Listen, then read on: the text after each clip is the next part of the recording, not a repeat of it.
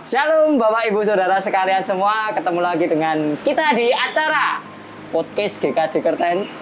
Yuk, saat ini saya tidak sendiri, tetap saya ditemani dengan host terkenal juga.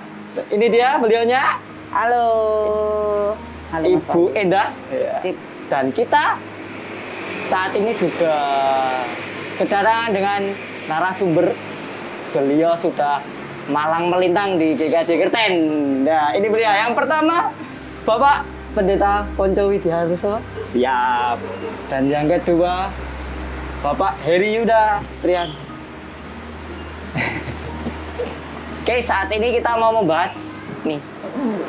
Kita semangat sekali ketika membahas di bulan Desember ini. Puji Tuhan kita semua sehat semua, gitu. Sehat. Kita mau bagaimana membahas tentang Natal. Silakan untuk. Oh saya, oke deh. Terima kasih untuk Mas Wahyu. Ini saya sebagai co-hostnya ini. Iya, karena beliaunya host yang memang benar-benar mantap. Oke, sebelum kita masuk pertanyaan, yuk tanya pendeta. Tanya pendeta. Oke, ini yang pertama ini. Kebiasaan umat Nasrani adalah memperingati hari Natal itu tanggal 25 Desember. Hari Natal. Natal itu kelahiran. Berarti kelahirannya Tuhan Yesus tanggal 25. Benar nggak nih Pak? Bapak-bapak pendeta ini. Mungkin bisa dari Pak Heri dulu. Tanggal 25 tanggal kelahirannya Tuhan Yesus. Benar nggak toh? Tanggal 25 persis Desember meneh. Ya, monggo Pak Heri. Ya, terima kasih Bu Indah. Selamat saudara-saudaraku yang terkasih di dalam perjumpaan kita yang kesekian kali dalam podcast GKJ Kerten. Pertanyaan yang disampaikan, apakah benar persisnya akte kelahiran Tuhan Yesus itu 25 Desember ya, akte kelahirannya. Betul, nah, artinya. Secara historis bahwa polemik tentang 25 Desember itu sudah sejak ribuan tahun yang lalu. Nah, yang artinya bahwa pertanyaan panjenengan itu sebetulnya wis tahun-tahun dhisik wis ono sing metu. Apakah benar hal itu? Malah pertama kali dimunculkan oleh orang-orang Kristen sendiri. Ya. Dengan anggapan bahwa kapan sih pastinya. Nah, merujuk ke Alkitab, memang di dalam Injil tidak disebutkan betul pastinya kapan dan seperti apa. Namun sekitar tahun 400-an ya, itu baru dilaksanakan sebuah tindakan atau upacara atau ibadah dalam kehidupan umat Kristen untuk merayakan. Nah, 25 Desember itu menjadi konsensus bersama. Ya. Patokannya malah pada Tuhan Yesus disalibkan. Oke. Yaitu sekitar bulan Maret. Mengapa demikian? Di dalam Alkitab Tuhan Yesus hanya menyatakan satu tentang perayaan. Ketika Tuhan Yesus bersama dengan para murid mengadakan perjamuan malam, sebelum Tuhan Yesus disalibkan, Tuhan Yesus mengambil roti dan memecah-mecahkannya dan berkata, inilah tubuhku yang diserahkan untuk kamu. Lakukanlah ini sebagai peringatan akan aku. Nah, peringatan, maka pada saat itu yang dirayakan bukan Natal. Zaman kekristenan awal itu malah Paskah di dalam kematian Tuhan Yesus sebagai puncak kasih dari Allah Bapa di surga. Maka dari itu ketika bulan Maret menjadi patokan dalam tradisi Paskah, ketika Maria pertama kali menerima kabar dari Gabriel, malaikat Tuhan, maka dihitunglah Maret, April, Mei, Juni, Juli, Agustus, September, Oktober, November, Desember. 9 bulan. Ya. Sebagai karunia seorang wanita mengandung seorang anak. Nah, konsensus itu akhirnya disepakati bersama. Ya. Walaupun di luaran, baik itu oleh orang-orang Kristen sendiri atau bahkan non-Kristen, 25 Desember itu adalah perayaan bla bla bla bla bla bla, Ya. bla, yang kemudian diinkulturasi dalam budaya masing-masing. Kalau Tapi dari saya menuju tanggal 25, 9 bulan mungkin karena usia mengandung perempuan 9 bulan. Ya. Terus kemudian ini Pak Ponco, Ya. kan dulu tidak ada nih penanggalan seperti saat Ya, ini tanggal ya. 1, 2, 3, 4 sampai 30 gitu ya. Tanggal 25 disepakati. Kenapa itu Ya. tanggal 25? Monggo Ya. Pak Ponco. Nah, ini lebih mengerucut. Tadi Pak Hiri sudah mengatakan 9 bulan sampai dengan bulan Desember. Dan saat ini pertanyaannya, kenapa 25? Betul. Nah, pada saat itu bapak-bapak gereja yang bertepatan di Romawi, tanggal 25 Desember ini yang menjadi sebuah perdebatan panjang, saudara semua. Kenapa? Karena 25 Desember ini di Romawi adalah hari lahir matahari yang tak tertaklukkan. Matahari Nah, yang tak tertaklukkan. Maksudnya? Jadi dewa matahari tersebut, Oh. mereka menyembah itu sebelum mereka menyembah Tuhan Yesus. Nah, tanggal 25 Desember ini kenapa menjadi perdebatan? Berarti kamu menyembah dewa matahari, bukan menyembah Tuhan Yesus. Nah, dalam ensiklopedik Britannica, sedikit historis ya, itu mengatakan hal tersebut. Oke. Hari matahari tak tertaklukkan. Terus kemudian akhirnya kenapa kok bapak-bapak gereja mengambil tanggal 25 Desember ini dalam konsensus tadi? Itu karena dalam ensiklopedik Americano mengatakan bahwa pakar ahli pada saat itu mengapa mengambil ini? Bukan berarti kita menyembah dewa matahari, tetapi dewa matahari itu yang menciptakan adalah Tuhan Yesus itu sendiri dalam rupa Allah. Dan kita menyembah Tuhan Yesus yang menciptakan matahari yang lebih daripada yang tidak tertaklukkan tersebut. Jadi Tuhan Yesus lebih daripada dewa matahari ini. Dan kenapa tanggal 25 Desember itu? Supaya orang-orang pada saat itu, karena mereka memasuki dan mempercayai dewa matahari, supaya terjaring semuanya. Ini maksudnya.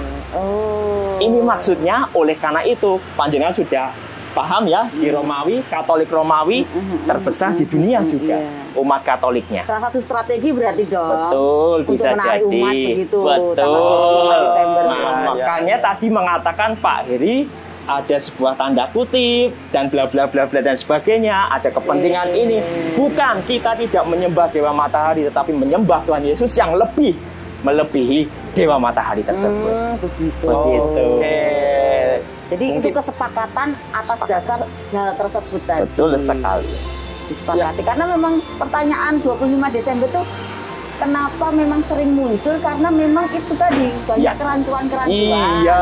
Apa yang harus diterangkan kepada anak-anak sekolah minggu terutama, yang membuat kita sebagai guru sekolah minggu kadang-kadang pusing kepala.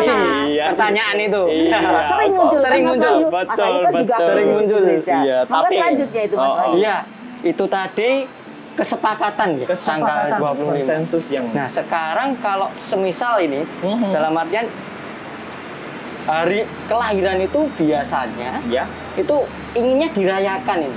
Iya. Nah, dengan ketidakpastian tanggal kelahiran 25 itu, apakah Tuhan Yesus itu sebenarnya tidak ingin toh dirayakan untuk kelahirannya? Oke. Siapa Mungkin- dulu nih? Pak Poncop dulu, boleh? Oke, siap. Nah, jadi gini. Saya tanya balik sama jenengan. Ya, Oke. Saya mau bertanya sama jenengan. Misalnya jenengan ulang tahun ya, nggih, dirayakan seneng buatan Mas. otomatis senang sih. Senang, Kalau ya? saya pribadi loh ya, Sebar saya undangan, pribadi. Jenengan juga seneng Sebar nggak? undangan, Oh iya, Pak. sebar undangan. Siap. Nah, Tuhan Yesus juga senang. Tetapi pertanyaannya, sudahkah Natal itu masuk dalam hati kita? Jadi motivasi kita merayakan hanya untuk euforia saja, atau memang benar-benar kita merayakan secara tulus? Tuhan pasti akan suka kok. Kalau memang tadi kepastian tanggal 25, tetapi itu menjadi keputusan bersama sebagai umat Kristen sedunia. Jadi jangan mempermasalahkan tanggal lah. gitu ya. Oke. Jadi mau tanggal berapapun juga saat ini kan boleh gitu ya.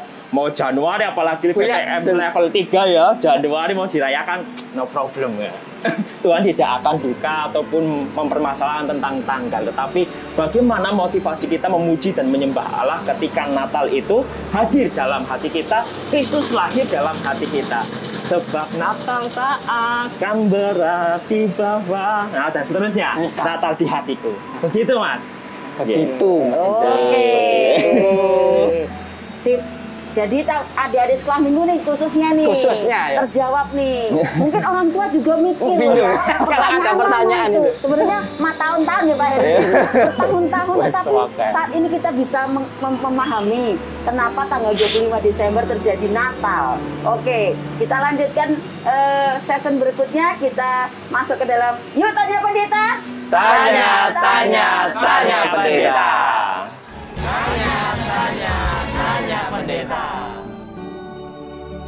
Oke, kita lanjutkan untuk scene kedua ini. Yuk Tanya Pendeta.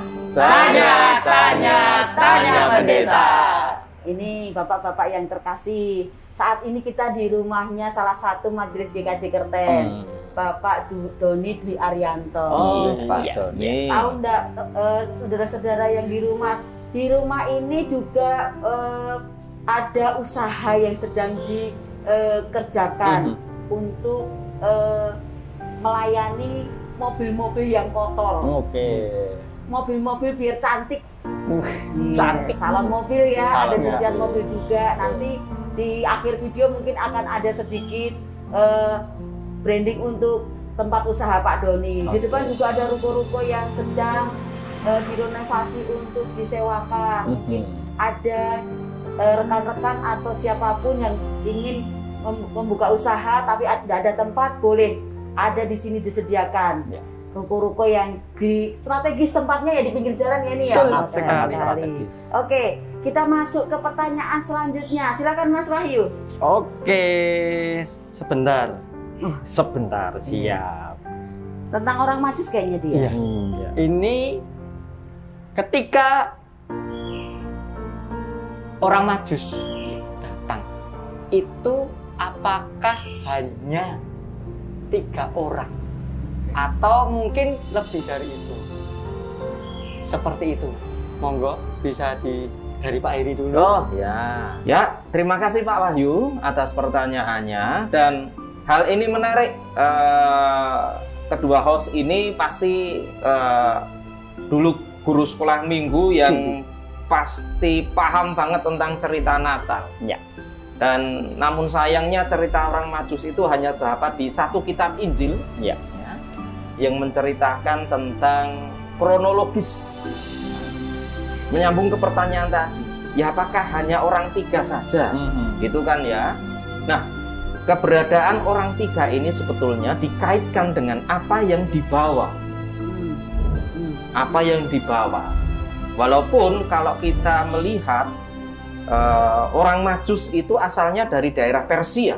Ya.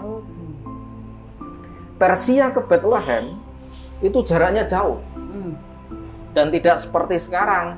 Jalan tol lancar, kurang cepat naik pesawat langsung tiba. Dulu sarana yang digunakan adalah onta dan ribuan kilometer yang harus dilalui membawa barang-barang berharga. Tentu saja kemungkinan tidak hanya 3 orang ya, kemungkinan saja tidak 3 orang. Namun penggambaran 3 orang Majus ini karena apa yang dibawa. Yang dibawa apa saja itu? Emas, kemenyan, dan mur. mur. Nah, kelihatannya seperti itu. Gitu Pak Wah. Sebentar Mas Wahyu. Tadi saya tertarik dengan orang Persia ya. Iya. Orang Iya. Majus berarti orang Persia ya. Iya. Berarti orang Majus itu semuanya dari Persia. Iya. Bukan dari daerah mana-mana atau mereka gerombolan atau pengembara yang bertemu di tengah jalan kemudian melihat bintang kemudian datang ke bayi Yesus seperti itu. Jadi satu daerah saja gitu, Persia saja. Udah, dalam artian gini, pewilayahan asalnya dari mana, gitu kan? Disebutkan hanya di lingkup Persia. Tapi kan Persia saat itu kan sebuah negara besar. Ya. Ya. Asalmu dari mana? Solo. Wah, Solo. Solo Nindi. Saya juga orang Solo. Kalau tahu Solonya sebelah mana? Solonya ke selatan. Oh, Sukoharjo. Oh, masih ke selatan lagi. Wonogiri. Wonogiri. Oh, Wonogiri. Tetapi dia mengatakan aku orang Solo. Nah, gambaran-gambaran kayak gitu. Iya. Umpamanya seperti itu ya. Iya. Tapi memang beberapa daerah. Iya, iya. Terus kemudian Mas Wahyu menyambung tadi emas, kemenyan, dan mur. Emas, kemenyan, dan mur itu secara harafiah atau konotasi dan denotasi untuk maksud ini ya, emas dan kemenyan dan mur, atau itu benar-benar emas, kemenyan, dan mur, atau Kiasan. hiasan saja Oh. itu seperti itu. Monggo Pak Ponco. Oke. Nah, seperti yang tadi Pak Heri ngendiko bahwa itu mewakili 3 oknum tadi ya. Oke. Nah, kalau dalam abad ke-6 mengatakan memang mereka itu berasal dari timur. Timurnya mana? Yudea. Oh. Timurnya Yudea itu siapa gitu ya? Memang di saat itu disepakati bahwa Persia, terus daerah Arab itu timurnya Yudea juga. Ada yang menyepakati Mesopotamia Ya, dan Mesopotamia. Babilonia.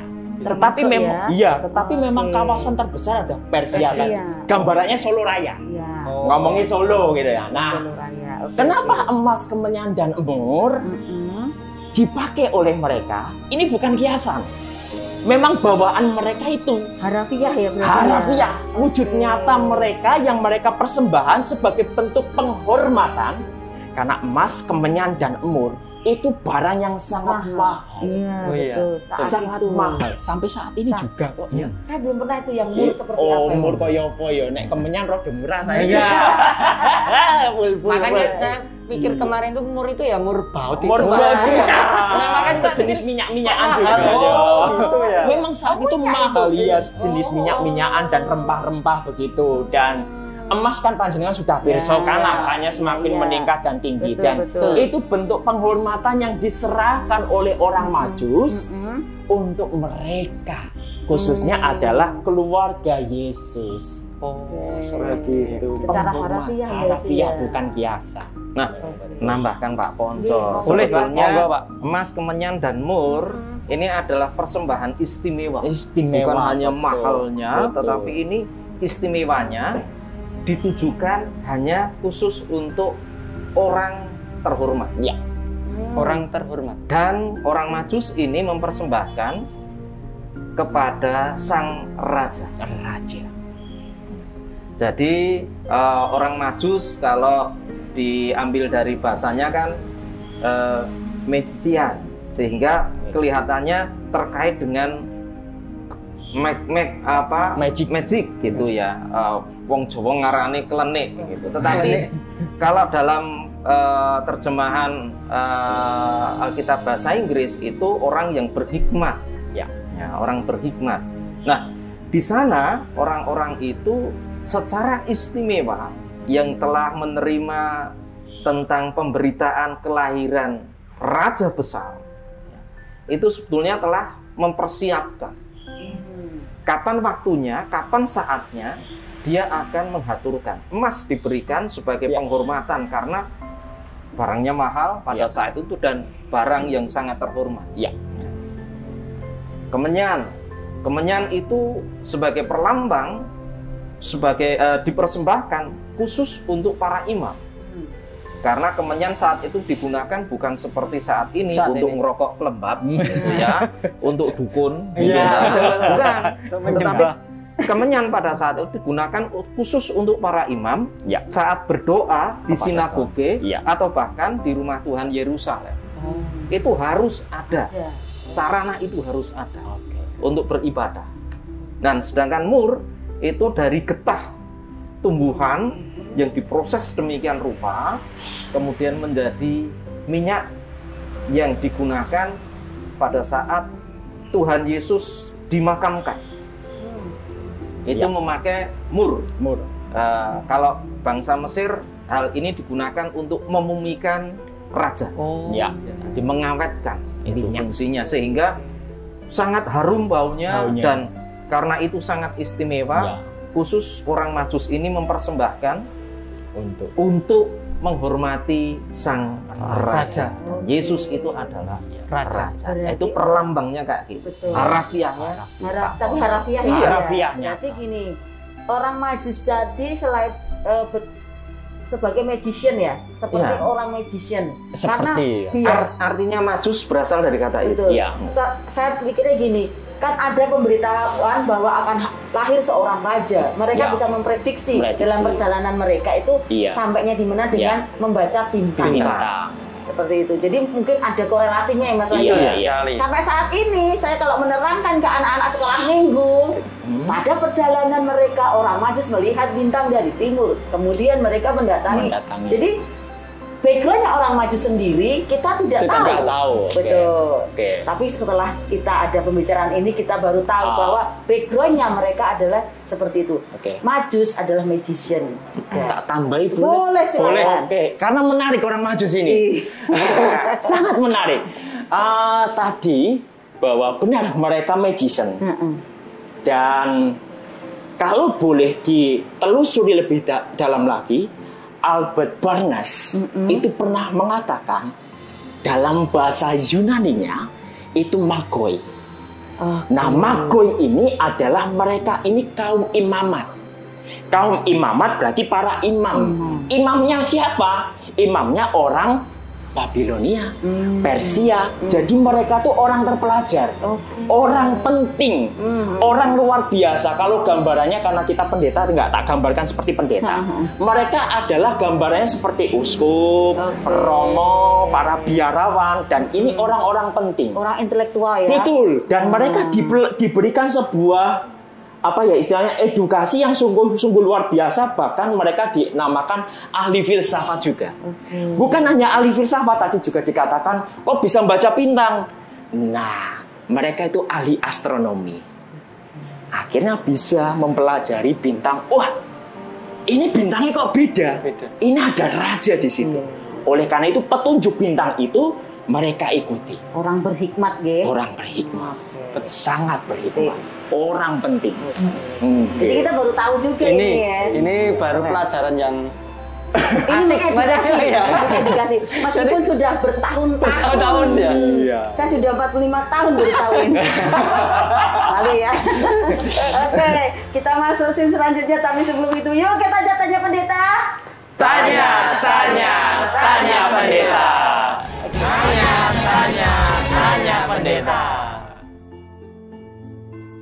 Oke, kita lanjut di session berikutnya. Sebelumnya, tanya pendeta. Tanya pendeta. Oke. Ini Natalan. Natalan identik dengan pohon cemara, pohon Natal, kemudian ada boneka salju, ada bapak-bapak yang bawa hadiah banyak sekali. Kantong ya. Dia kantong kayak itu buat anak-anak yang disuruh berdoa setiap hari dan lain-lain. Nah, ada fenomena Santa Claus. Iya. Siapakah Santa Claus ini? Kok tiba-tiba menongol nemplok ke acara Natalan? Itu ada korelasinya enggak dengan Natalan ini? Monggo, siapa dulu ini? Pak Pendeta Heri juga boleh nih. Nanti Oke. Pak Pendeta Pajak melengkapi. Monggo. Ya,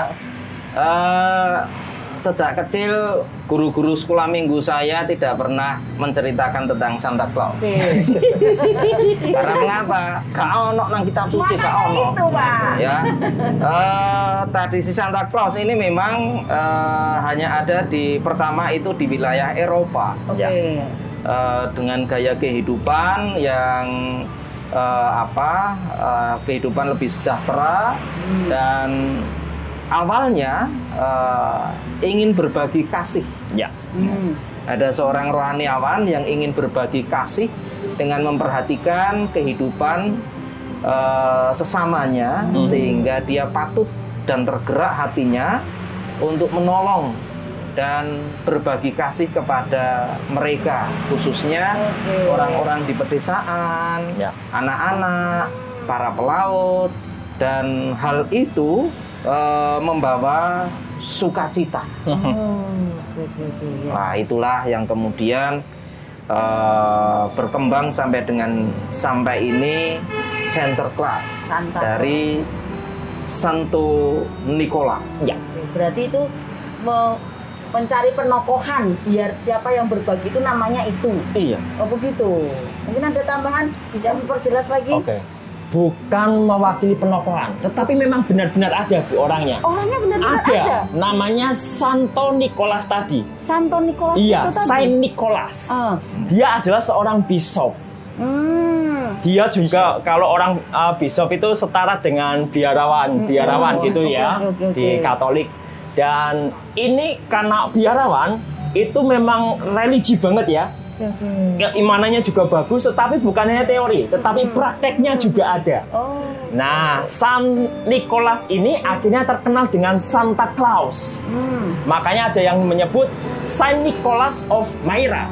Oke. Nah, Myra itu saat ini kalau di peta yang saat ini dunia ada itu di Turki. Turki. Nah, Santo Nicholas ini atau Santa Claus ini akhirnya karena tergerak hatinya kepada orang-orang miskin, terutama dia itu kepada anak-anak, akhirnya dia berbagi kasih.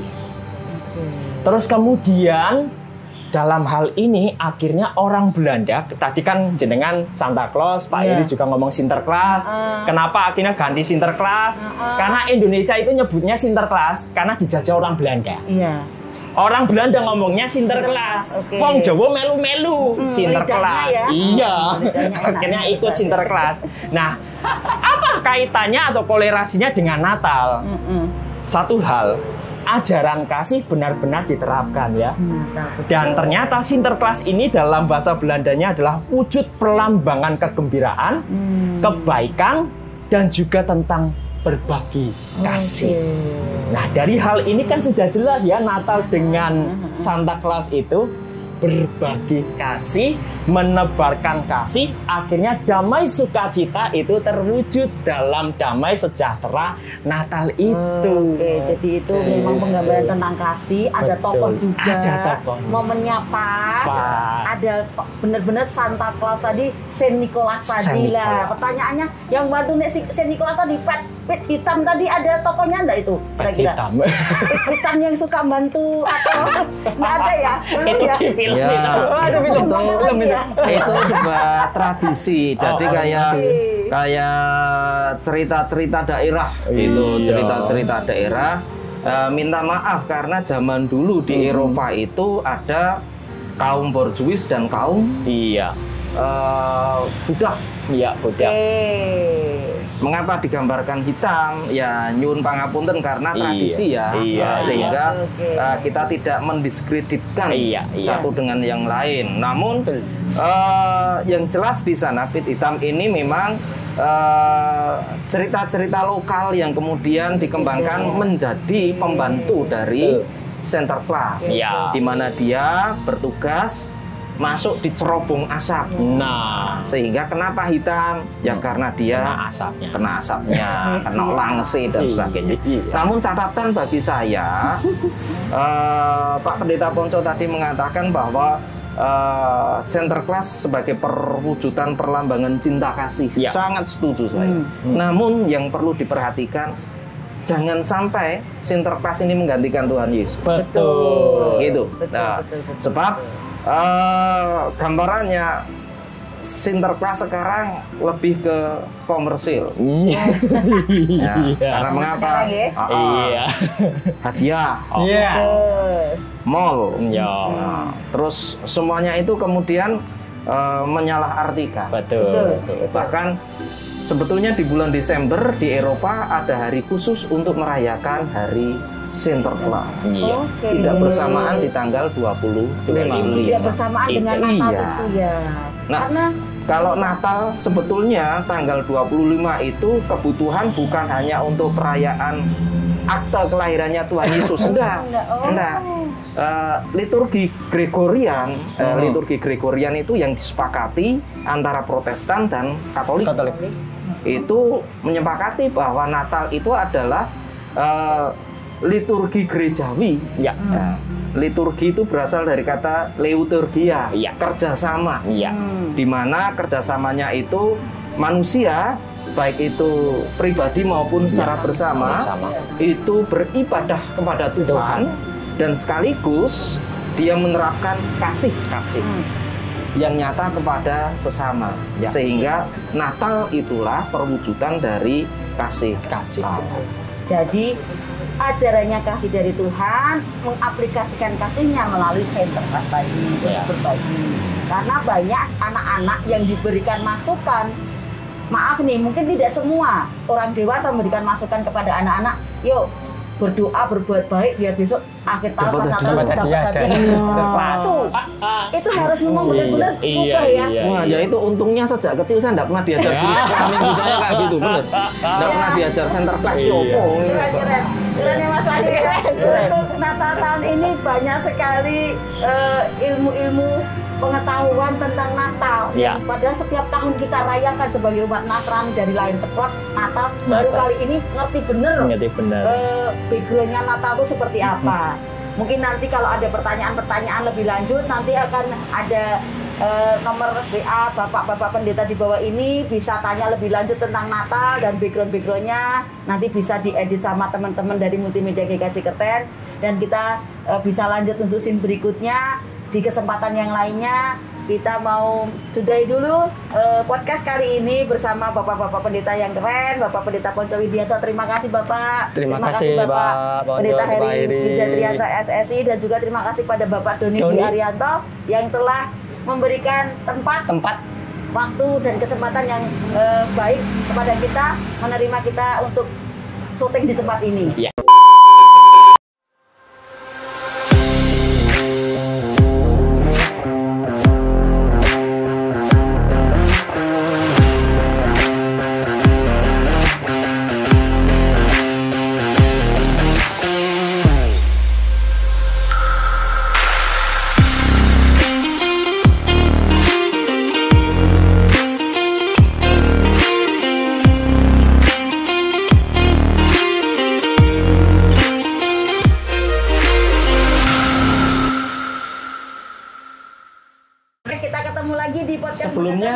Sebelumnya diizinkan kalau boleh saya dengan Pendeta Heri Yuda bersama dengan Pendeta Ponco Widiarso, begitu pula Pendeta Magdalena Eli Kurniawati di GKJ Kerten, kita bersama-sama mengucapkan selamat Natal bagi saudara semua. Tuhan memberkati. Oke. Terima kasih Bu. Terima kasih semuanya. Kita ketemu lagi di Yuk Tanya Pendeta. Tanya Pendeta.